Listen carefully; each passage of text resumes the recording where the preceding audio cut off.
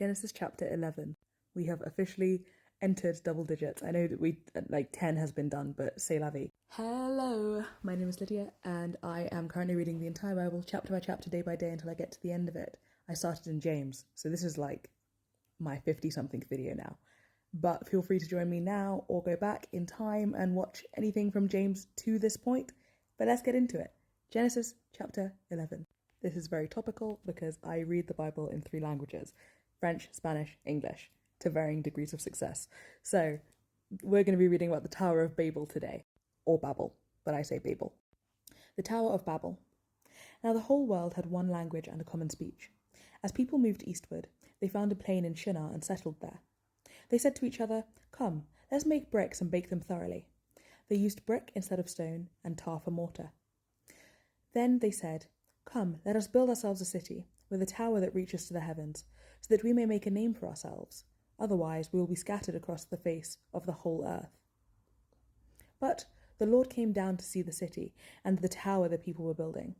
The Lord said, "If as one people speaking the same language they have begun to do this, then nothing they plan to do will be impossible for them. Come, let us go down and confuse their language, so they will not understand each other." So the Lord scattered them from there over all the earth, and they stopped building the city. That is why it is called Babel, because there the Lord confused the language of the whole world. From there the Lord scattered them over the face of the whole earth. From Shem to Abram. This is the account of Shem's family line. 2 years after the flood, when Shem was 100 years old, he became the father of Arphaxad. And after he became the father of Arphaxad, Shem lived 500 years and had other sons and daughters. When Arphaxad had lived 35 years, he became the father of Shelah. And after he became the father of Shelah, Arphaxad lived 403 years and had other sons and daughters. When Shelah had lived 30 years, he became the father of Eber. And after he became the father of Eber, Shelah lived 403 years and had other sons and daughters. When Eber had lived 34 years, he became the father of Peleg. And after he became the father of Peleg, Eber lived 430 years and had other sons and daughters. When Peleg had 30 years, he became the father of Reu. And after he became the father of Reu, Peleg lived 209 years, not very many, and had other sons and daughters.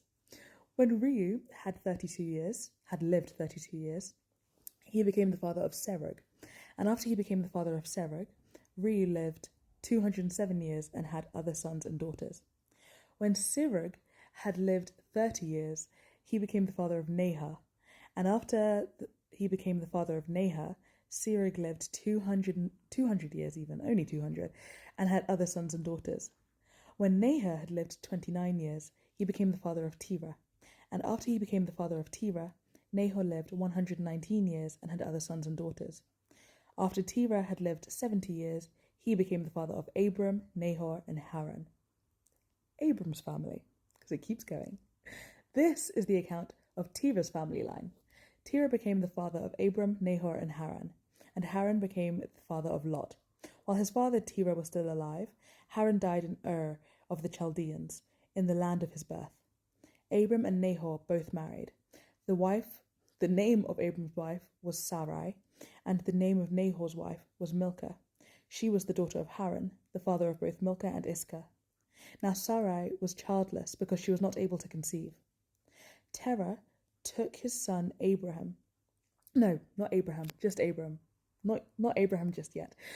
Terah took his son Abram, his grandson Lot, son of Haran, and his daughter-in-law Sarai, the wife of his son Abram.